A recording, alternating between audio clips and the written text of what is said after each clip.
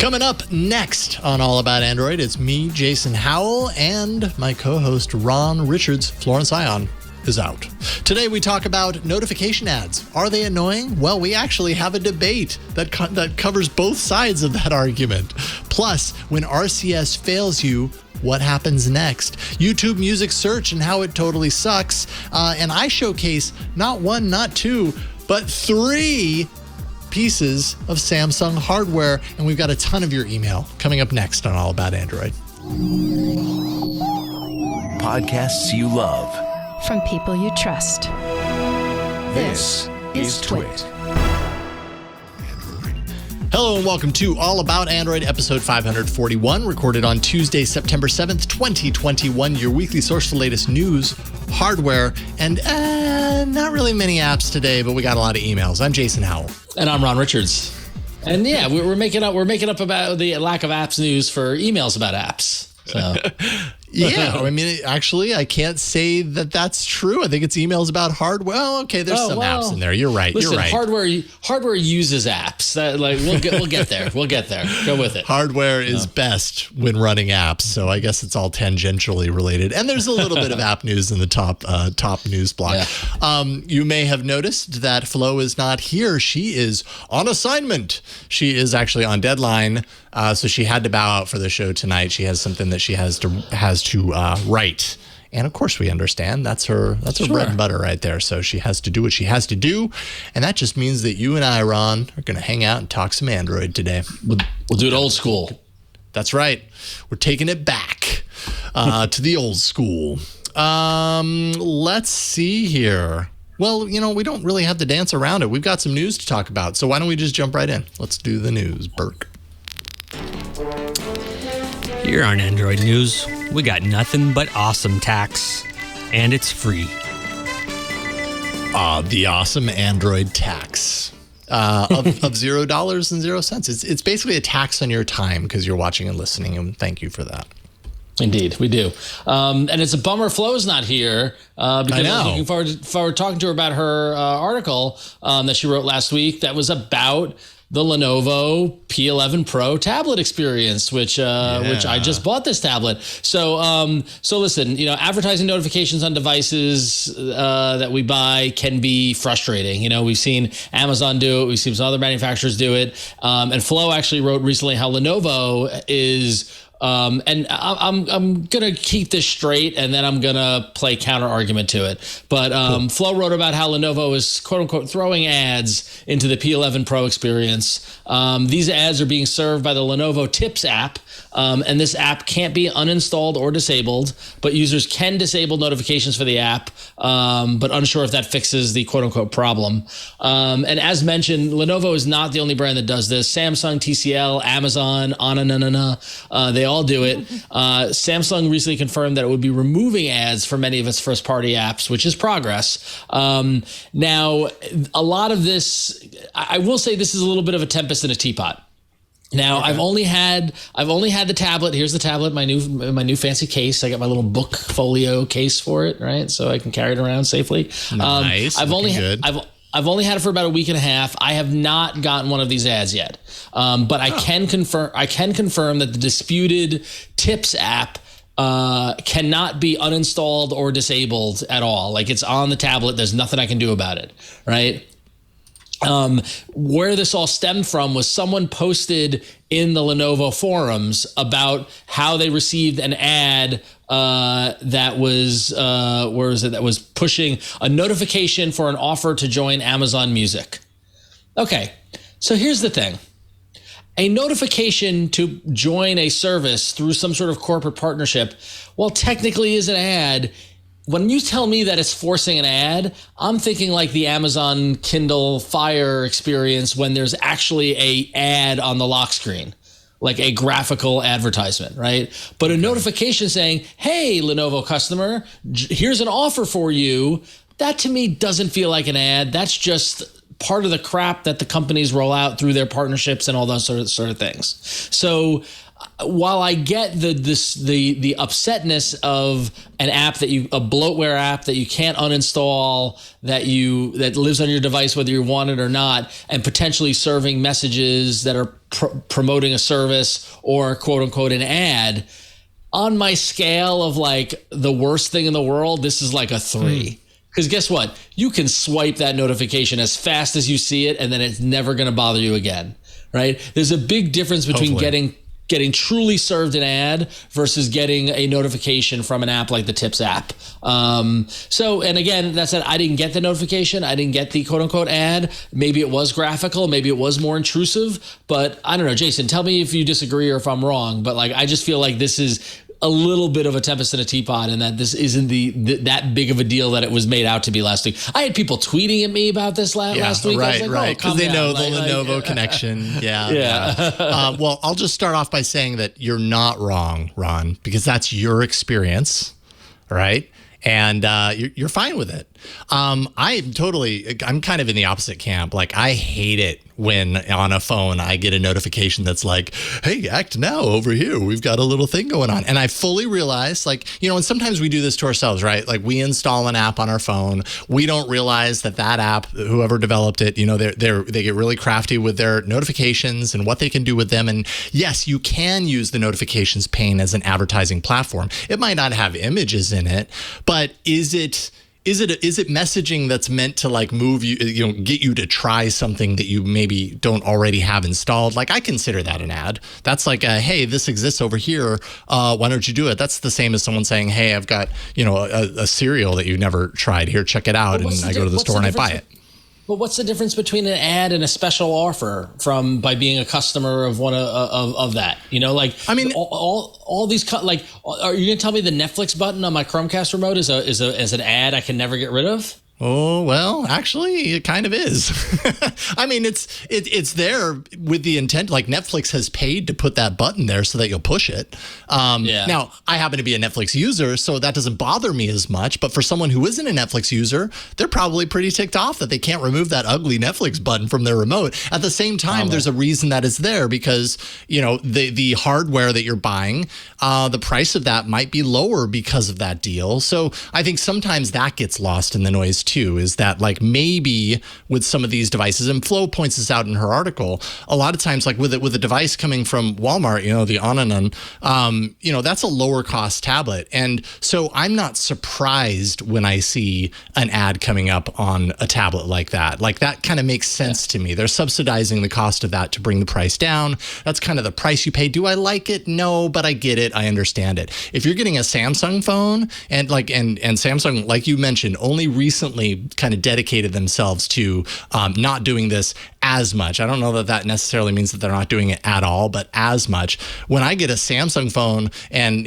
say I've spent, $600, $700, $1,000 on this phone, and then I get an ad, yeah, I'd be pretty ticked off about that personally. But you know what? It really just like we're finding here, it really just depends. Some people, this doesn't bother at all. And I just feel like, especially on those higher tier phones, and I don't really know where the Lenovo tablet falls into this category. It's definitely not a premium tablet, but it's also not like a bottom of the barrel tablet either. It's kind of middle road. So I suppose it kind of makes sense. There's probably some sort of, supplementing of the cost of this tablet maybe that's at play here. So I don't know. I guess I'm a little conflicted because I kind of get it, but at the same time, it annoys me when it happens. That makes sense. Yeah, it annoys you. But I guess the question, I don't know. I don't know. Maybe I'm crazy just because I'm not that miffed by this. But I feel like we get hit. I see a distinction between an offer because there's so many corporate partnerships and so many things like that, an offer that is served via that way, and a truly intrusive ad that is blocking a notification doesn't block your access to what you're doing. It doesn't you literally, all you have to do is ignore it or swipe it away. And and I guess it's a nuisance, but it's not stopping you from using the device. That's where I draw the line. Yeah. But what if there are 10 apps on your phone all throwing notifications up there? I mean, then that gets... Sure. And of course, that isn't necessarily happening, but there's nothing saying that it couldn't happen. And if that did happen, I'd be super annoyed. I don't know. I think what it is for some people, different places on our phones become kind of like sacred places. It's like my notification shade, I use it for a very specific reason. I use it to manage my day largely. We talked about it on the show many times. And when something ends up there that I didn't want there, it's annoying. Is it a deal breaker? No. But I definitely stop and I notice. I'm like, oh, that's like, I didn't want that there. But, at the end of the day, you're right. It's super easy to just swipe it away. And there's controls in Android for me to swipe halfway and then turn off notifications entirely for that app. And maybe that gets rid of it. So, I'm aware enough to do that, I suppose. And there's a lot of people that aren't, and they're just going to be annoyed all the time. Now, I will say that, and Burke just flashed the tweet for our video viewers who are watching, for our viewers, a person by the name of Ben Krasnow tweeted about this. And I will say, on the melodrama scale, this tweet is pretty high in that he says, in case you consider buying, my Lenovo tablet was remotely modified via forced update to have an undismissible, unmutable system ad notifications from an app that cannot be uninstalled or disabled. That compared to... but that description of what's really going on is a little hyperbolic, and I'm about as hyperbolic as they come. And so, like, I'll call hyperbolic when I hear it. And I'm sorry, Ben, that was a little hyperbolic. It's like, my tablet was remotely modified, so it makes it sound as if someone came into your tablet and remotely did it when you just ran a system update. Okay, it was a forced update, which is the system update, to have an undismissible, unmutable systems ad notification. Now I didn't get the ad, so I'm not sure. But if it's a notification, you just swipe away. I assume that's okay. Like that. I don't know. It's crazy. What if it's not? If it's persistent, that's a problem. If it's, I will give you that, problem. Jason. If it's persistent, that is a problem. But needless to say, I use my app, I use my tablet a ton this weekend trying to get this to happen. And maybe they got scared and turned off the notification service after this whole Tempest in a Teapot happened. But it's yet to happen to me. When it does, I'm going to screenshot it. I'll document it. We'll talk about it. But right now, I do think that this is a little more of a Tempest in a Teapot, like I said. Now, that said, I know we talked about I was going to do a review of the Lenovo tablet. We're going to do it next week, right, Jason? I think that's the plan. Yeah, we got it in the calendar for next week. Yeah, so we'll go in deep. And maybe by next week, I'll have gotten a notification, I'll have gotten an ad, and I'll be singing a different tune and be very angry. So I mean, I'll be really curious if you do end up getting this. I mean, obviously, I know you would come back to the show and you would talk about that, but I'd be really curious that one undismissible part. I think that's a pretty critical aspect of this. If it's truly a notification that is an ad about something or whatever you want to call it, that you cannot get rid of. Oh, I'd be complaining on Twitter too. That would be that's indefensible as far as I'm concerned. If you're going to put that there, okay, maybe, but you got to let me get rid of it. I would like to see a screenshot of it. I've yet to see anybody who actually show what this looks like. And all we've seen is this report. And what's so funny is that and this shows you the good or the bad of all this of social media. But it appears as if this one tweet set off all these blog posts about it. And it just so and that's the thing, is that it says they if you go and read the forum conversation between that guy, this is not a tip, this is a push that is advertising a paid service. I loathe this sort of thing. So this person is clearly, I don't want to say a Karen, but is clearly on the side of looking for a fight. Whereas somebody like me who isn't that upset by it, so it's all your mileage may vary. So totally. I think this conversation kind of makes that pretty obvious, right? It depends on who you ask. Everybody's going to feel a little bit differently about this. It could be as easy as just swiping it away and what's the big deal? It could also be now, if it was flip side, which is, this is my device. Why is this coming into my device and I didn't invite it? Right, and the undismissible thing is the weird thing, and I have a hard time believing that it's truly undismissible. Because that is user hostile, but we'll see. Yeah, so we'll see when it hits your tablet, Ron Richards. Exactly, when I get it. We'll see what you think. I'm really hoping I get it during the show so it can happen. Oh, live, that would be amazing. Yes. Please Not keep so much. checking. Yeah. Well, in other news, RCS, the amazing replacement or supplement, whatever you want to call it, to SMS, but it isn't perfect. And we got two cases that I read this week that kind of point to this. The first one, I feel like I've seen before. I've experienced this before. A number of users of Android Messages are reporting issues with RCS that result in undeliverable messages, and it's seemingly like at random. And the article that I pulled from Android Police kind of mentions that this happened with iMessage years ago, and it ultimately it led to Apple creating kind of like an online forum that when you transition away from an iPhone to an Android phone or to another platform, which is basically Android, you have to go here and like deregister your number, because otherwise iMessage like keeps them trapped in this like iMessage hell. And so this article really kind of compares this situation to that, even though I don't know they're necessarily exactly the same, but similar. Friend of the show, Cameron Summerson, had this happen and also wrote about it. Those messages, he said, were stuck for 4 days. And so it's just basically what users are noticing is that they're writing something and it remains in this like stuck position. When they go into the settings to look at their chat settings, it says that it's endlessly connecting or trying to verify, and it's never quite getting there, even though it was connected before. Now suddenly it isn't, and it's causing havoc on their messages, right? Google did tell Android Police that it's aware of these issues, is working on a fix. It also has a forum now that you can go on if you want to kind of go nuclear and deregister your number.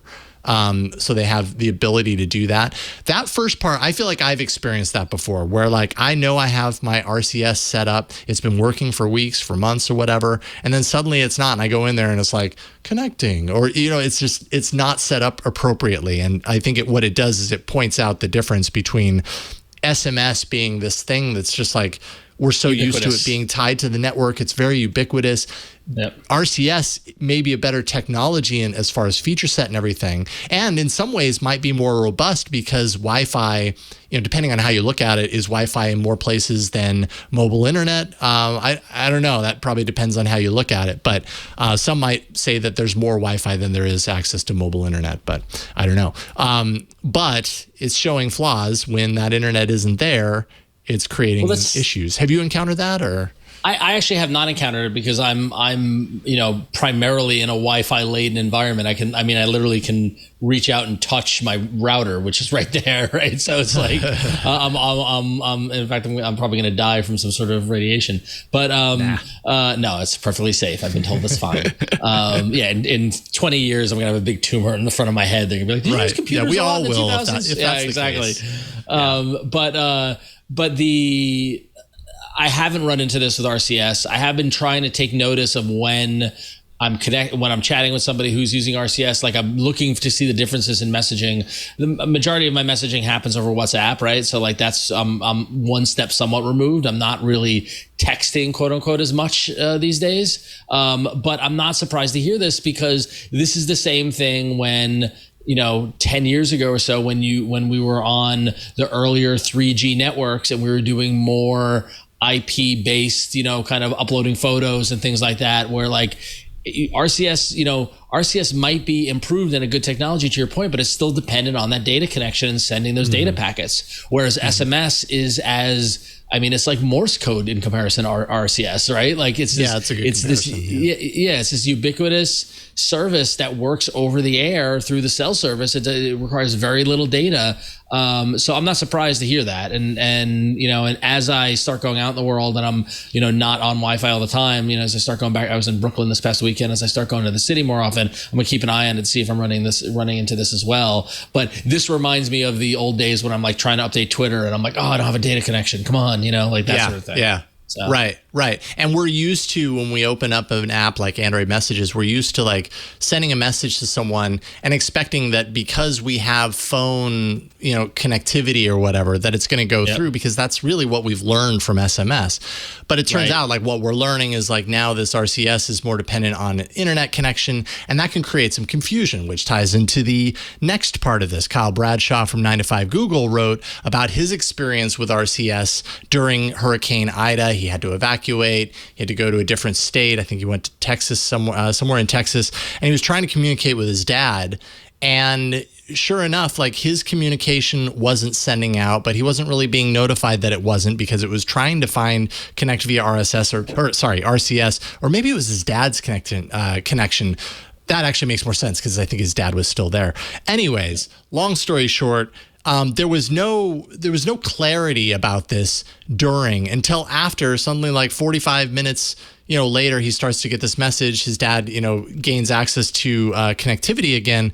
And I guess, like, I don't know what the perfect scenario would be here. I don't know that his dad necessarily would have had access to the cellular tower coverage that SMS provides, but it points out the difficulty of an app like Android Messages and the necessity of an app like that when it's toggling between two different ways of messaging. This one that is like ubiquitous, like you said, like Morse code, and then this other one that requires an internet connection. If it's locked into the internet connection aspect and that's not possible, you combine that with something like a hurricane or a big disaster like this, and it could really create some trouble. It could really endanger lives if people think they're sending a message one way and that it's going to get out, but it's actually not because it's trapped in this like RCS hell. And I don't know. I thought it was just like a compelling argument. I don't know that it's foolproof because I think both SMS and RCS both kind of suffer from the same thing when you're talking about a natural disaster, like a hurricane hitting an area. Both of those things are probably going to go down. But maybe one is more likely to be up than the other. And if the Messages app isn't smart enough to understand that and say, hey, this message you sent it 5 minutes ago, it hasn't gone through. Would you like to try the other method? Would you like to switch over? Some sort of fallback or something like that might help. Yeah. I mean, it would be interesting if there was a underlying RCS Lite that at least maintained the connection and got the information through and not the embellishments. Like almost like a lo-fi. I guess that's SMS. But like if there was a way for it to exactly. Yeah. But if there was a way for it to almost slip, switch. Kind of switch priority or slipstream kind of thing based on the connection, but this is going to evolve and this is what they're going to find, and also as data connectivity, as more and more of the world gets, umbrella, kind of blanketed by data connectivity, it gets better. So, there's always early on hiccups, I think. Yeah. Yeah. But yeah, that hurricane is a scary thought. Yeah, no kidding. All right, so moving on, Jason, are you excited about the Pixel 6's upcoming launch? Absolutely. I'm getting really excited. It doesn't feel like it's very far away either. It doesn't at all. And a lot of people think that Google's getting excited about it as well. According to Nikkei Asia, after diving through the Google supply chain, Google is seeking to increase its Pixel 6 production by 50% over pre-pandemic levels. It's reported that Google's shooting for about 10.5 million in sales, 10.5 million phones in sales compared to 7 million phones in 2019, which would be, a healthy jump from that 7 million previously back before the pandemic. That said, you compare this to Apple's 200 million sold per year and Samsung's 260 million sold per year. It's kind of small potatoes, but still Google, they're growing, they're trying, they're doing what they can. Getting up there, I guess. And Nikkei says that Google is looking to throw its Tensor system on a chip into Chromebooks around 2023, which is to be expected with that system on a chip. They're going to put it wherever they can. Absolutely. Yeah. So, yeah. So do you think that the hype around the Pixel 6 is real? Do you think 10 million is doable, Jason? Or?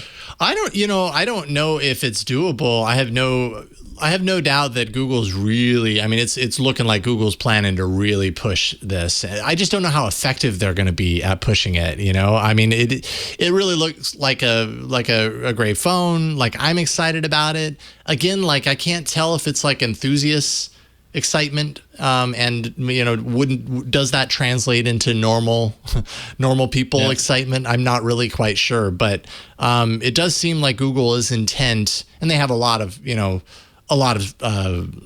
I don't know, a lot of stuff. I don't know what the word is, but they've got a lot of their investments riding in the success of this, from the hardware investments to the production of their chip to the production of Android 12. Like many different aspects of what they do are tied up in this device, so they have a lot to gain from it. So I don't question at all that Google's going to really try and up the ante as far as their promotion of this device to really sell it a lot. I just don't know. Sometimes when I look at the Pixel 6, like I'm excited about it from an enthusiast standpoint, but I'm like, would a normal person who cares a lot less about hardware look at this and go, that's a good looking phone? I don't know. Yeah. Like I don't know that they necessarily will. It's very like not traditional looking, and that might scare people away.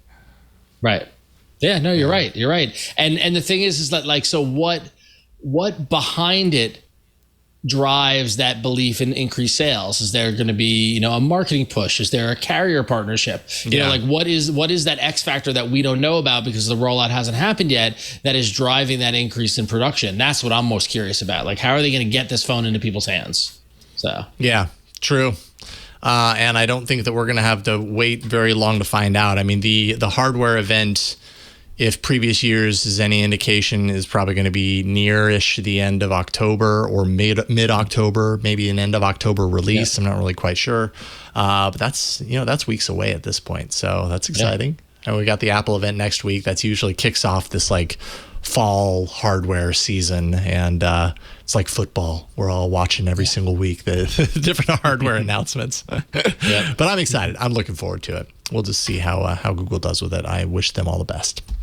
All right, coming up, and speaking of hardware, we're going to talk all about Samsung hardware. It's the Samsung Hardware Showcase Showdown coming up next. Showcase Showdown. I had to put that in there. It's what is that, Wheel of Fortune? No, Wheel of Fortune. No, it's not. It's Price is Right. Price is Right. Yeah. Price is Right. All right, Burke, fire up the hardware bumper. It's time for the Price is Right Samsung edition.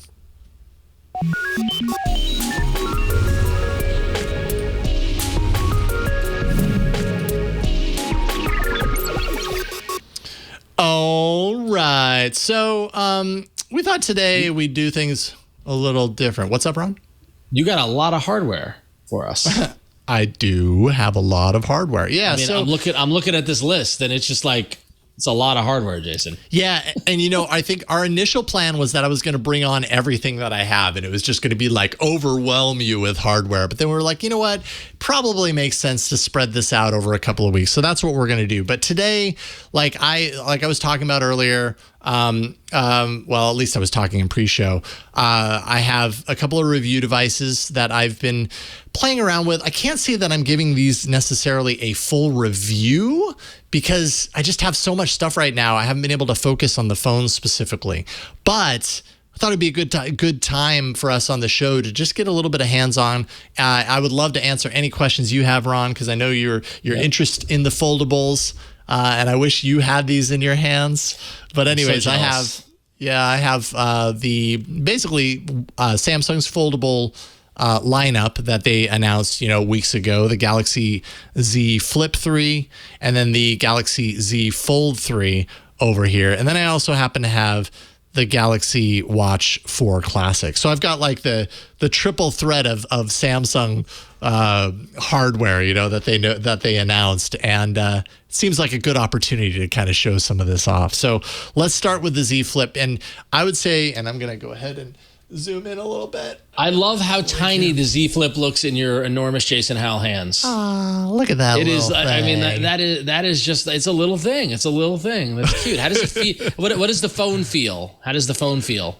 I mean, I gotta say, this thing is, it feels like a rock. Like, it really is a solid device. It feels, especially when it's folded out.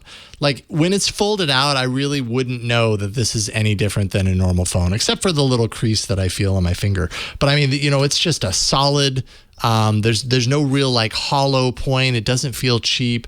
The nice metal chassis is really nice. The hinge is just really high quality, and that goes also for the Z Fold 3, which we'll talk about in a second. But, Samsung's done a really good job at creating a device that I feel like if you go into a store and you see this and the representative is like, oh, you know what you should try here? This is the Z Fold 3, and put that into someone's hands and I guarantee you they're going to get that in their hand. They're going to be like, ooh, that's nice. Wait a minute. How much is that? $999? And, as I guessed during the announcement, $999 brings this into a price category that, while still expensive, it's not like $1,000 is inexpensive for a smartphone. It is, but it brings it into that 3-digit mode realm that I feel like is just a little more palatable for most people. That's at least believable compared to what we've grown accustomed to, and especially what other comparative foldables cost. The Z Fold 3 is $1,800 and the Z Flip 3 is $1,000 or $1,050 if you're going to go and tack on some extra RAM. Or sorry, some extra storage, not the RAM. But yeah, it's nice. We've got the fingerprint sensor on the side. I've got that hopefully working appropriately. It does the cool things where when you go into the camera and you split this up, it transitions the screen into 2 different sections. So you've got your controls on the bottom. You've got what you're looking at on the top. And there's only, there's a certain lineup of apps that actually support this.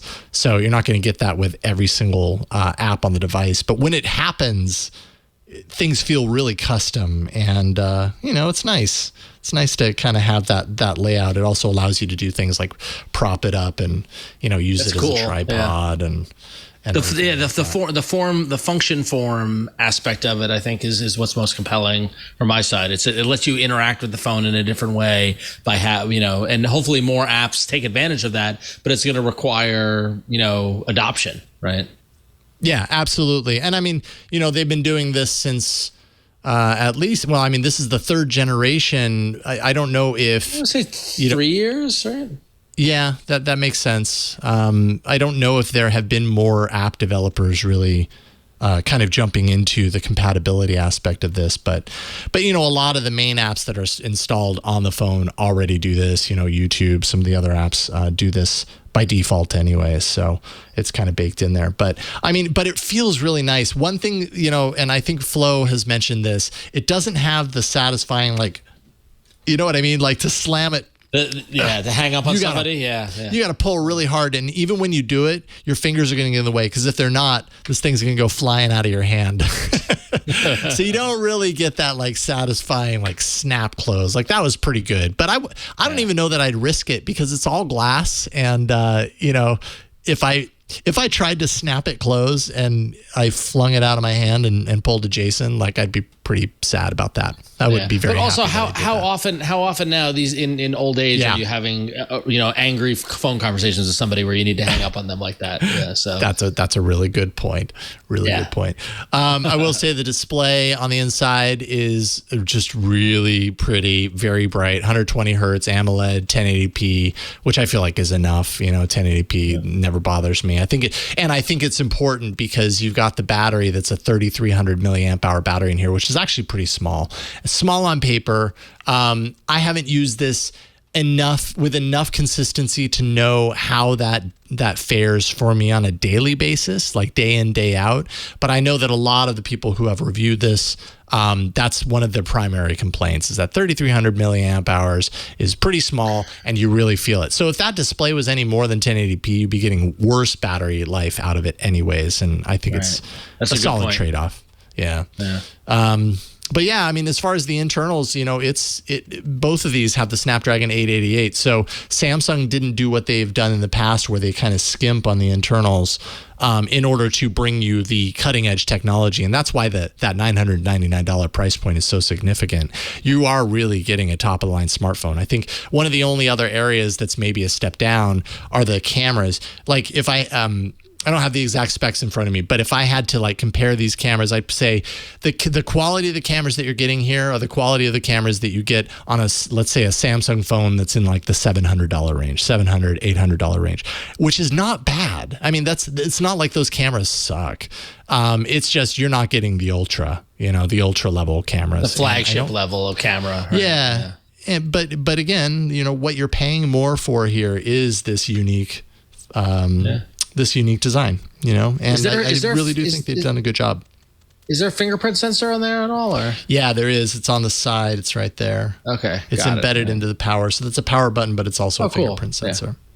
Yeah. So it sounds like your thumbs up on the Z Flip 3. Yeah, let's see if I can do it properly for the camera. Yeah, thumbs up for the Z Flip 3. Yeah, absolutely. I think they're doing a really good job. And IPX8 water resistant as well. That's a first for these foldables. Both of them IPX8 certified. That does not protect against dust, but it protects against submersion in water for up to 30 minutes, which is pretty amazing considering the first version of this had so many problems, and now they've tightened it up. Whenever I read about that, I'm so scared to even test it. You know what I mean? Totally. I'm not doing much testing of that. It starts to rain and I put my phone in my pocket because I'm afraid something's going to happen, right? Like, oh man, it shows how far we've come. But, Exactly. And so then transitioning on to the Z Fold 3, as you can see, very similar with the Z Flip unfolded and the Z Fold, very similar in height, very different when you actually turn on this display. You start to see, the bezels. Ooh. It's narrow. The bezels kind of pull it in. So you end up losing a little bit of that kind of like spaciousness when you're on the front screen, which is not to say that it doesn't work well as a phone in this capacity. Like you can totally do it. It's just things like typing on the on-screen keyboard, it gets really cramped. And so it's just not as grab and go as like a wider smartphone, like my Pixel, that little extra space of width on the front really does go a long way. So I do wonder if at some point they'll continue to tweak that. I don't know what they could do, but it would be nice to have it a little bit wider. And the more they can get this closer to an actual, just a single like candy bar type smartphone width, I don't even know if that's the direction that they're going, but I feel like if they do, it becomes a little bit more appealing because that does stand out to me when I use it. You've got to wonder, at least on the Z Fold 3, what screen is the priority, right? Yeah, because totally. At some point, the device has to yield priority to either the folded screen like you're showing here, or the fold. Like I feel like the slimline folded version is on the go, taking calls, getting quick notifications, but then anything beyond that, you're opening it up and using it with the full width. That's my thought, at least. Yeah, and that's a good point. One thing about the Z Fold 3 is that it supports an S Pen, a very specific version of the S Pen. So you can't just pull the S Pen out of your Note and use it on the Z Fold 3. But the downside of this is, and it's a special version because, as you know, with these foldables, the display is a very different type of display. You can see a little bit of that crease. The display, it's not a glass like we're normally used to using. It's got a little bit of kind of like a push to it, a little bit of a squishiness to it. Not nearly as squishy as it was on the first versions of these things where it felt like a pillow. They really tightened it up, but it is different and it is more fragile, right? So if you used a standard S Pen on this interior display, you could actually really scratch it up. So Samsung has made a specialized S Pen for this display, but of course the downside to this is like the Note is not coming. Like there's not another Note. I personally doubt we're going to see another Note from Samsung going forward, which means that they're trying to position some of their other phones as Note alternatives for true Note fans. And true Note fans want the ability to pull their phone out of their pocket, pop that S Pen out, and just get to scribbling. And with this, you have to open it up. You have to unlock it, get that S Pen from wherever it happens to be, because there's no real, hold on, let me unlock it. There's no real place to store it, right? You might have a case to store it in. They sell cases where the S Pen is embedded, but it slows you down. And for some people, that's going to be really annoying to have to open it. Not to mention, when you're using an S Pen on this large screen, it requires you to be really intentional with how you're holding this very expensive device, $1,800, $1,900 if you get 512 gigs of RAM. So there's a lot of, there's increased risk as far as that's concerned using the S Pen on the inside. So I don't know if it's an apples to apples comparison necessarily, but it's the direction that Samsung's going. But I mean, design wise, again, the hinge feels great.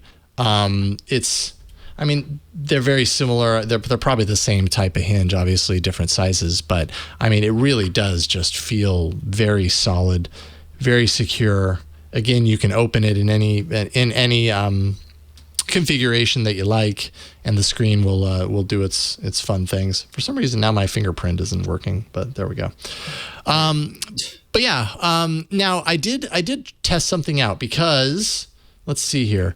I don't know if you'll be able to see this. I'm going to try and hold this up to the camera and it'll focus. So what you can see up at the top corner there is a less pixel dense area of the Z Fold 3. That's where the in-display camera is. This is the first Samsung phone that does new technology, right? A new technology. We've seen it in other devices. We've certainly talked about it on the show a lot, but now Samsung's got it in this device.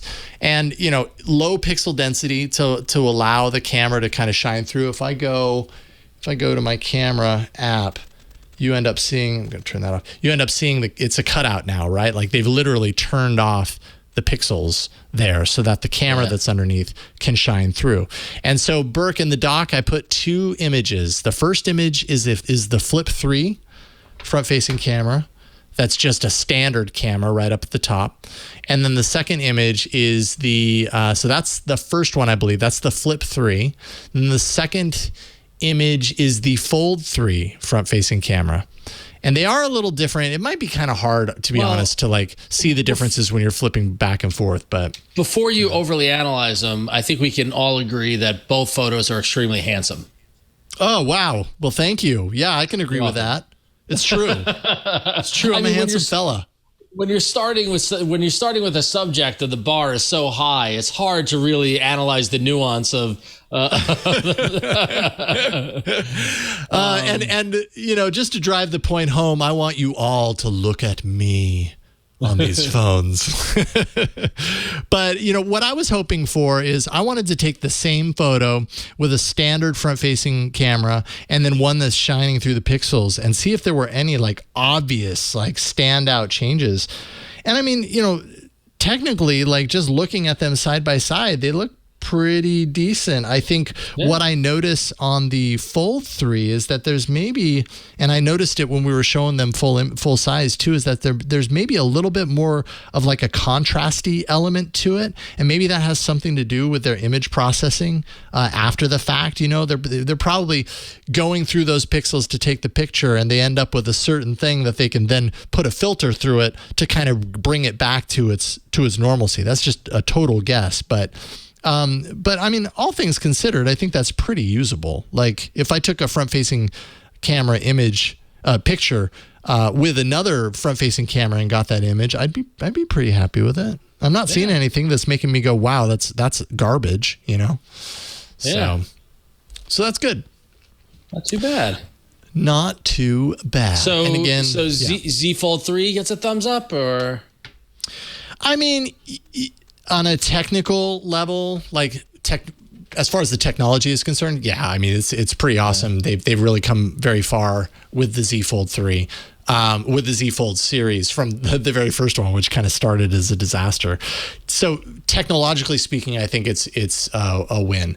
I think that a phone that's $1,800 just that doesn't work. That just doesn't fly. In my opinion, the only person that's buying this phone is someone who really is totally geeked out on the foldable thing. No normal person is walking into the store and be like, I just want to buy a smartphone. Oh, $1,800. Yeah, sign me up. I don't know. And, maybe that's not the goal. I'm sure Samsung would love for these things to be flying off the shelves. And I'm not even saying that they're not. I'm just saying this is going to appeal to a very specific person. And I feel personally that $1,800 is still just too high for these devices. I wouldn't pay $1,800 for that personally. Yeah. But I don't blame you. Yeah. And then finally, we've got the Galaxy Watch 4 Classic. Isn't it a classic looking watch? It actually, I have to say, I really like the design on this watch. I've been really enjoying wearing it. Here, I can zoom in a little bit. make that nice and tighter.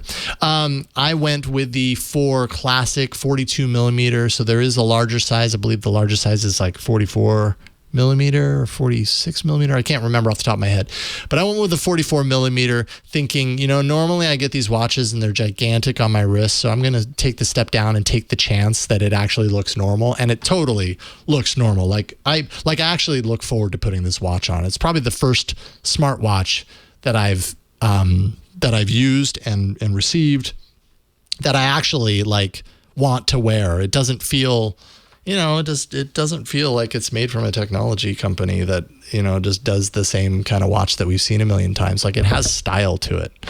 And I really like the white band, the stainless steel frame. I'm happy I went with this one.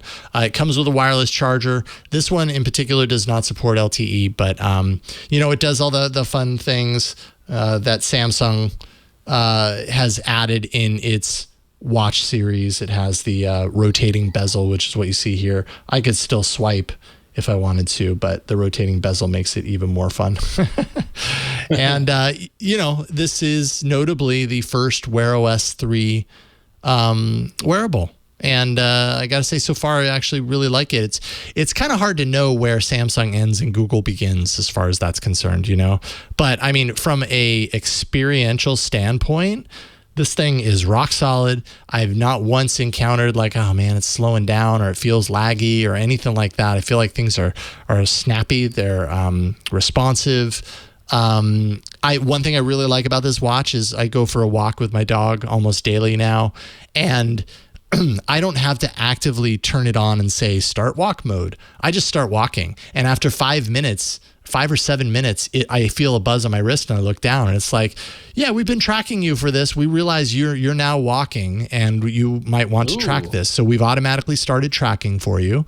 And then when I sit down later, it's like, oh, we detected that you're done with your workout. It's like, and that's pretty smart.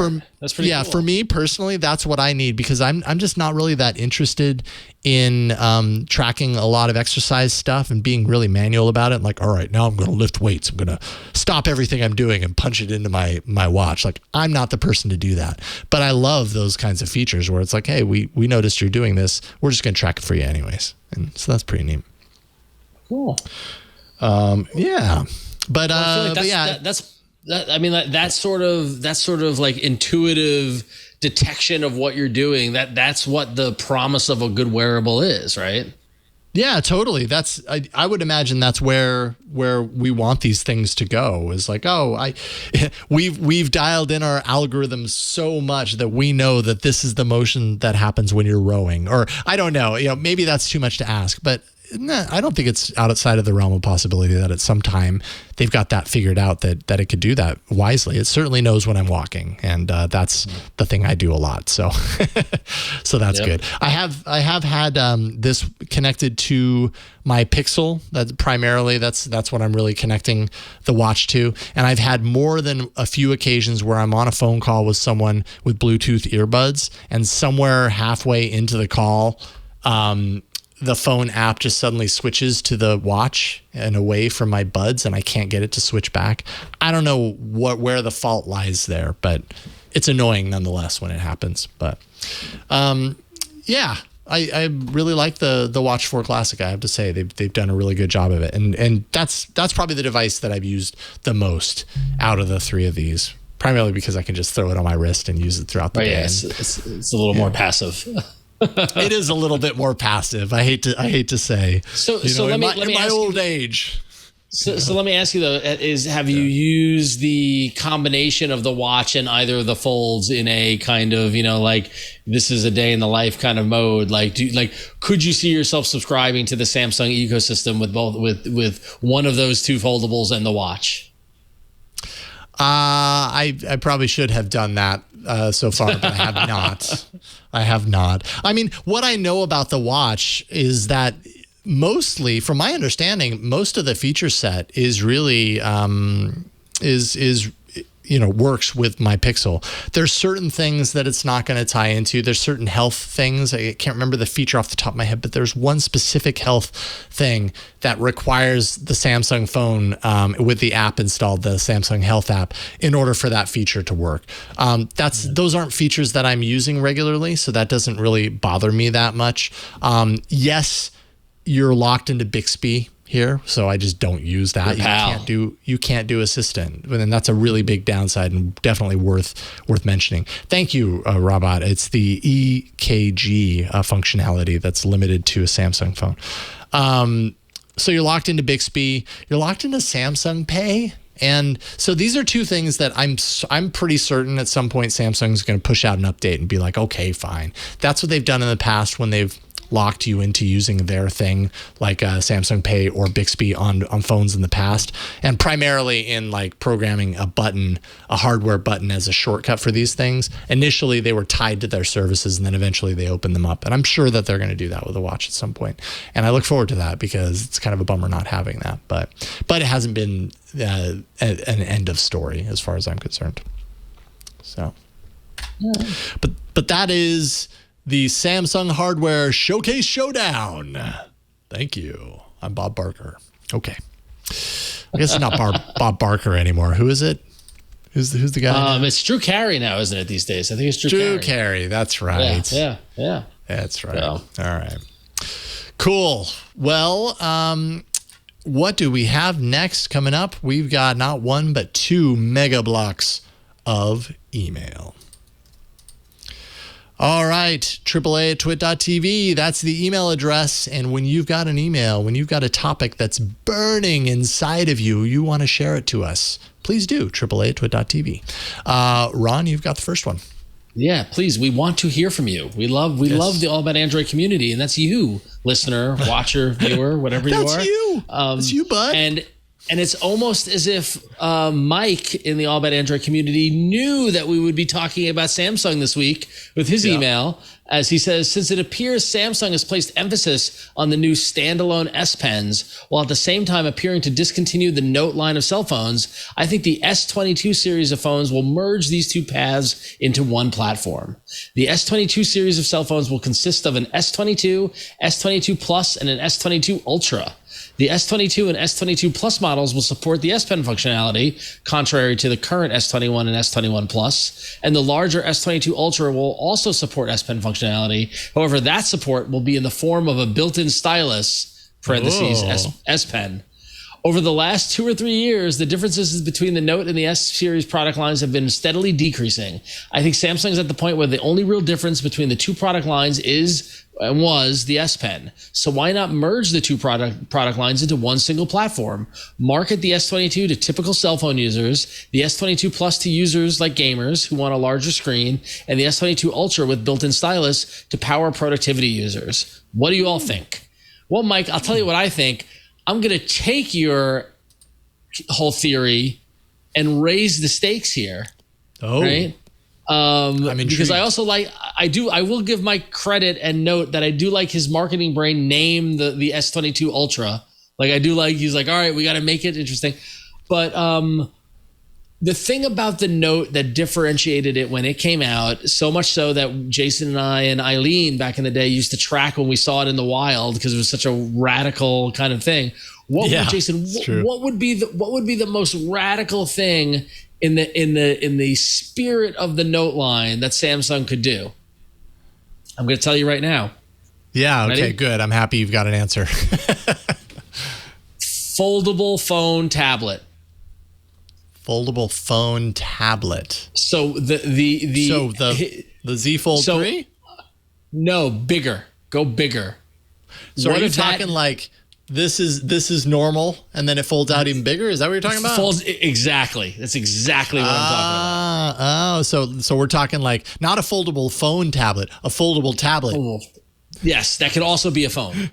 But is like and will breathe new life into the Note platform. It can be an iPad Pro competitor. It can utilize the S Pen, and it will differentiate from the S22 product line again. So that's my theory. Is this a phone that folds? Does the kind of like the two actual triple folding area? Yes, I want to see. Yeah, I want to see it. It could be like a little square, and then it folds out and then out again, and could be a big tablet. The Samsung Z origami. Yeah. The origami Z. Origami. Yeah. You can have those for free, Samsung, or the trifold, the trifold Z. But I mean, Mike, I was inspired by Mike's creativity in terms of his approach, and he's right. He makes a lot. It makes a lot of sense. There's not a lot of differentiation, but I feel like the Note has kind of sailed in Samsung's eyes as the S series has caught up basically to it. So if they're going to do something with the Note, it's gotta come around in some other crazy kind of approach. That's my thought. So. Yeah. I included that email because I liked the creativity of it, and actually, he thought through it pretty well. I'm not certain that this is exactly what's going to happen, Mike, but this is a reality that I could see happening. Like, there are many directions that we could be going in the next year as far as Samsung's hardware strategy is concerned. And if this happened, I wouldn't be surprised. It's certainly believable, certainly plausible. Yeah. Anyways, it'll be interesting to see what they come up with. Yeah. This next email is from Lawrence. You may remember last week talking about Magisk and the changes that are coming to Magisk. That's the app that is for root users to kind of do a number of things to your rooted device, in some ways in a non-destructive way. A very powerful app. It's seeing some changes. So that's what this references. So Lawrence says, your latest podcast about the changes to Magisk arising from the developer moving to Google and rooting in general struck a responsive chord. Back in August 2018, I purchased a Moto Z2 Force locked to Sprint from Best Buy. It cost $178, including tax. Brilliant deal. Then my daughter brought it back from the US to me in New Zealand, and I ran through the following steps to make it work here. And he explains, he got Motorola to unlock the bootloader. He followed some instructions on XDA, and then that allowed him to have this the phone kind of freed of its shackles. He said, once that was done, I had a fully functional Z2 able to run on our local networks. I needed to use the phone for Google Pay and for Outlook for both for work, and both did not work because they detected the phone was rooted. And just, taking a step back, that's what we were talking about last week, and the Magisk app being able to kind of like hide that. And so he says, so I ran Magisk to hide root from those apps, and all was fine. He goes on to say, I have since upgraded to a Pixel 4 XL, which I might upgrade again, but I still use the Z2 because I was given the Moto Mod projector mod. So I now use that to watch TV in bed, projecting the image onto my white ceiling and using Bluetooth headphones. And I got to say, that sounds like a pretty great way to watch a movie. He says this is so much better than holding the phone while lying on your side. Anyways, another email where I just thought it was kind of fun to follow through on their thinking and their path, and just to kind of illustrate like one of the ways that Magisk could be useful, right? Like, this was a phone that wasn't designed or wasn't cleared anyways. It was literally carrier locked to Sprint in the US, but he was smart. He knew where to turn to do the things to the phone that freed it of those shackles. And that included using Magisk because it hid that root functionality in order for him to get kind of the final steps, which was access to Google Pay and Outlook, both of which would not work on a rooted phone if they knew it was rooted. So good on you, Lawrence. That's awesome. Cool. Good steps. Thank you for sharing. All right. Our next one comes from Clint, and I'm so glad he wrote in about this because Jason, I have an update that's going to floor you after we get through this. But so Clint writes in about our favorite topic, YouTube music, and says, I too am experiencing the purgatory that is YouTube music. I've been literally rickrolled on more than one occasion when asking for an uploaded song that sounds nothing like I'm Never Going to Give You Up. I thought I would let you know that I found a workaround to be able to get your uploaded albums to play on your Google speakers using your voice. I know this is not a perfect solution. It takes some extra work, but might be worth it if you have a handful of albums you want to be able to do this with. All you have to do is make each uploaded album into a playlist by itself and call the playlist the name of that album. When you want to hear the album, just say, Google, play playlist, insert album name here. I hope this helps. And thank you, Clint. That's a great workaround or hack for something that should just work. Yeah. Totally agree. I'm sorry, YouTube Music, but if I've uploaded an album to my library, that is the first place you should check when you're prioritizing. Here's the thing. It's all about search, right? Google knows search, and they're so good at search and stuff like that. And I tell Google Assistant to play this album in their search hierarchy. It should be check user's personal library. Is album there? No. Go to YouTube Music library. Is album there? Yes. Play song. Right. And the last spot should be is play song from YouTube, period. Because that's the worst aspect of all this. And to build on this, I have an update. If you remember last week, I was talking about my woes with getting the Google Nest Hub to not play videos when using the assistant. Yeah. I spent 90 minutes in a chat with a Google customer service person. I finally had it, and I tweeted to both Made by Google and YouTube support saying, what the hell, I can't do this, blah, blah, blah. They said, oh, we'd be glad to help you. Click here to chat with someone. So I chatted with someone, and we reset the Nest Home.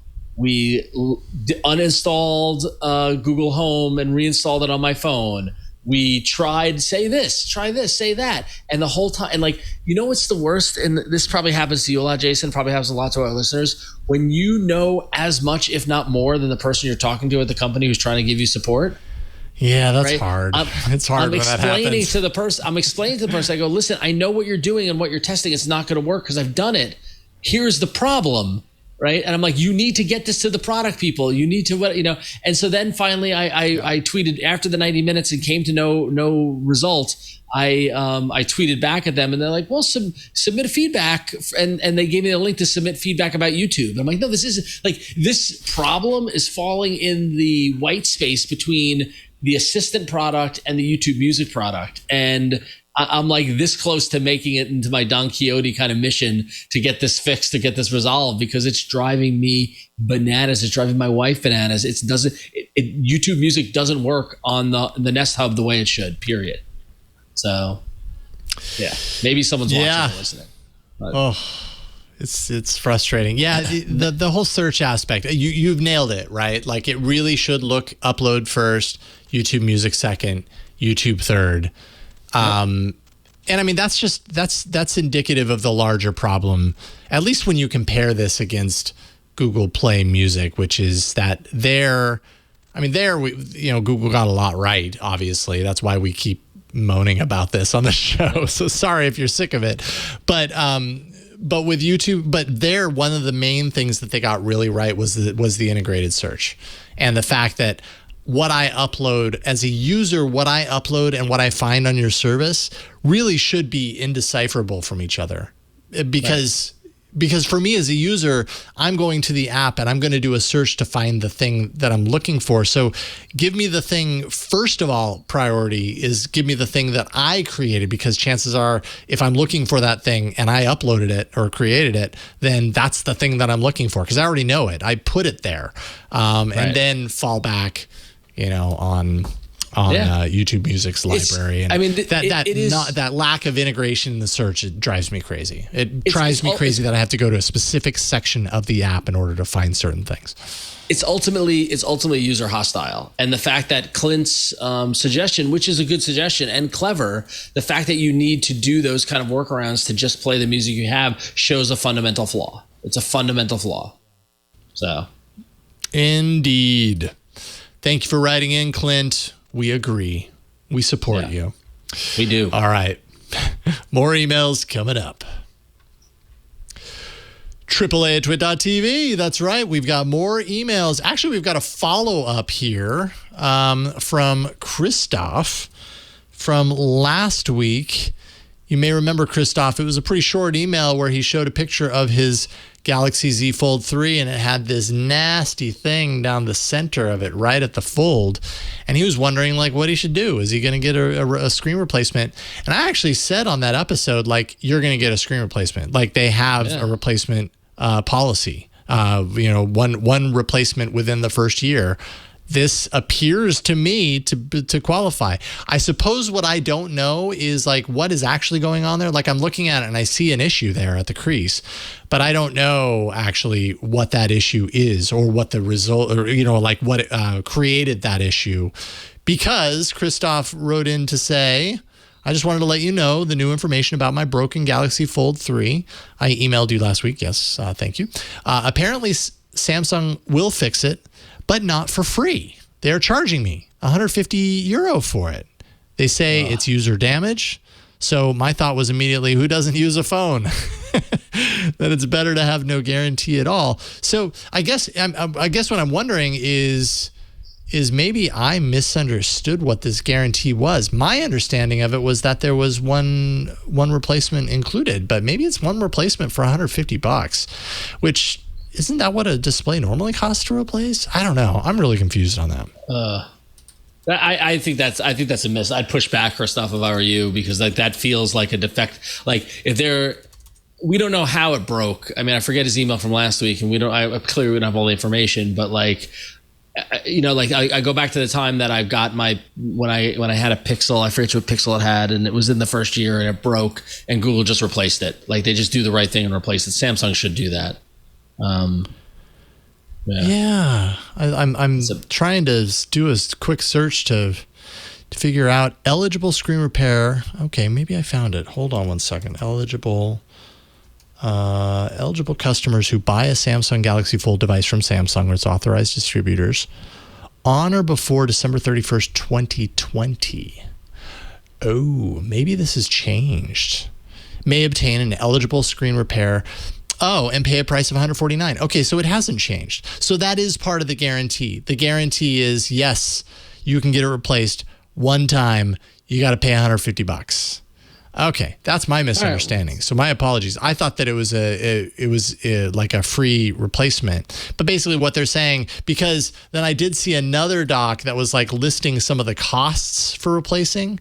And let's see here, just the Z Flip. So that's not the larger device, right? That's the smaller device. The Z Flip inner screen costs $350 to replace. Whoa. So I wonder what the Z Fold 3.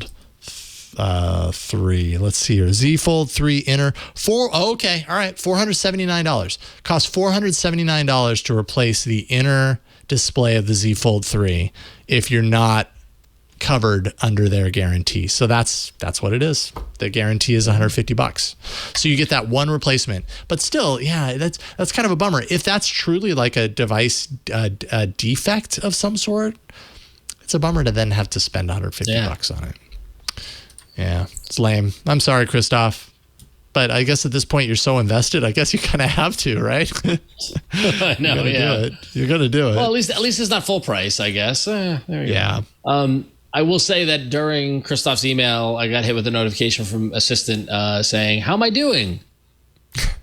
That was my response. That's an ad. No, I'm just kidding. Yeah, I know. Is it? Okay. Our next email comes in from Aljaz, who says, I'd like to confirm that the Lenovo Duet really is an amazing device for the price. For those, sidebar, last week when we were talking, or 2 weeks ago when we were talking about tablets and I was in the market for one, someone had suggested the Lenovo Duet, which is a hybrid tablet Chromebook kind of device at a low price. So Aljaz goes on to say, I've been using it for almost a year now, and it's great for videos, books, and comics. Browsing the web and email work like a charm, and Android games work great on it. Apparently, it can also run Linux apps. But the best added value is the back cover, which is also a kickstand, and the keyboard. Both are magnetic and feel well made, not something that would be added to a €250 device. I first heard about it on a couple shows called Material and All About Android, even though you can't really get Chromebooks in my country. It wasn't that hard to get it imported from Germany since I live in the EU. So the great thing about the Lenovo Duet is that it's affordable. Everything I read about the device is that, like, how did they pack this much into such a low cost device? And it really seemed like a good option. I kind of wish I went in that direction because I want to play with it, see what it's like, and maybe I'll grab one just in case, just to have fun with it. But it definitely seems like if you're in the market for a a flexible tablet / Chromebook like experience, take a look at the Lenovo Duet. Give it a shot at that price. Maybe you take a flyer on it. So yeah. That's pretty inexpensive. Yeah. Thank you for writing in now, Jess, because we certainly went back and forth as far as like, okay, but is that going to be one of those things that you get? And you're like, okay, I see why. Well, it's nice to hear. Expensive. Yeah, it's nice to hear from someone who's been using it for a year now, right? Totally. It does. It is, and the kickstand keyboard, like that's the thing. Like some of those magnetic keyboards are clacky and not very high quality. And if he's been using for a year for productivity and Linux and all that sort of stuff, that's pretty cool. So. Yeah. Right on. And we like to end our email blocks with the email of the week. God, I gotta find out where that band is hiding. It scares me. Like seriously, they're like right here. I have no idea where. They're in the Flip Z. They are. The phone's like shaking. Actually, this isn't an email. This is a video mail. So, Tyler, what you got? Hey, AAA crew. Regarding your conversation about MagSafe and Qi charging, magnetic connection, all that, well, I'd like to introduce you here to my old Nexus 5 Qi charger. It actually magnetically connected to the back of the phone and located it 100% pretty much every time, and I use this every night with my Nexus 5 back in the day, and it was reasonably strong connection with the phone, but the magnets in it actually pretty strong, as you may see here.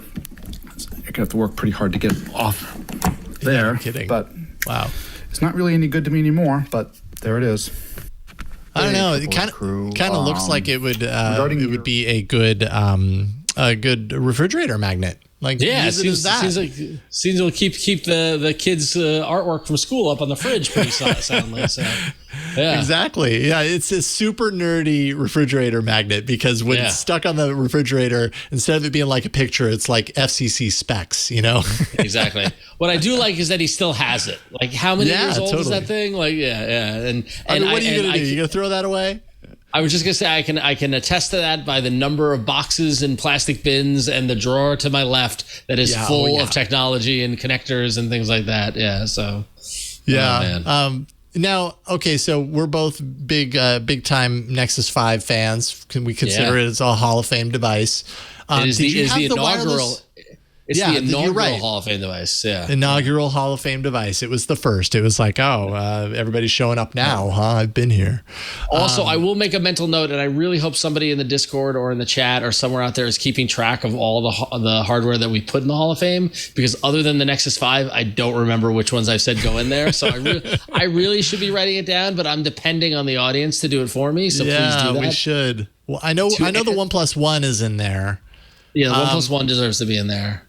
I can't remember if it was the Pixel 2. One of the Pixels was in there, and I don't know that it was necessarily the first one. I think it was the second one. I think it might be the second one. I feel like the original Chromecast dongle should be in there because I really feel like that changed the game. Somebody in the chat room said the Shield tablet. I don't know about that. The G1, that deserves it. We should do a whole, maybe at the end of the year, we'll do a whole, Hall of Fame episode. Yeah, that's a good idea. That's a great idea. Okay, let's remember I'm going to remember to write that down. Hall of Fame episode. I love that as a year-end episode. And then we'll have like a place where they all go. So when we forget, we can just look at the show notes there. Maybe we could do one of those 3D rendered, kind of truly make a Hall of Fame and put the thing. Now I'm writing checks I can't cash. Yeah. Hey, we've got staff at TWiT. We can find someone to help us out. Wait. The TriCaster can cash that check completely. All right, cool. There's virtual sets crazy. Oh, VR experience. Awesome. Okay, come on. Yeah. Yeah, I mean, it's fine. As long as you don't move and we can you have you composited it into a virtual environment at least. That'd be cool. All right. That'd be cool. All right. So Burke in our chat suggested the next bit Robin, and I think that's a debatable topic. That's debatable.